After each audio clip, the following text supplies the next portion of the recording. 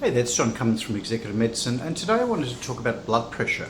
So people often wonder, well, what are these two numbers that we talk about? We have a higher number and a lower number. The higher number we call the systolic, and the lower number we call the diastolic number.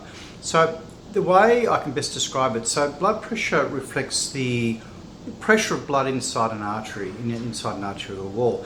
And I think of it like a garden hose filled with water. So if I had a garden hose and I turned off the nozzle at the end so it couldn't leak any water out, and I filled the hose with water and then I turned it off at the tap so it was static, and I pinched that garden hose would have some pressure in it, and that's the bottom pressure, the diastolic pressure.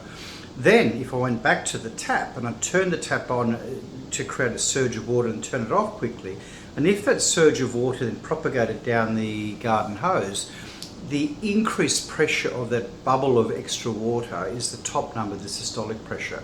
So every time your heart beats, if you think about it, it's beating 30, 40, 50 mils, I'm not sure what the number is, of blood into the arterial tree, and like a pig in a python, it basically will propagate down the arterial tree, and we're able to detect by listening or with increasing machines what the top number is, and then between beats what the resting pressure is.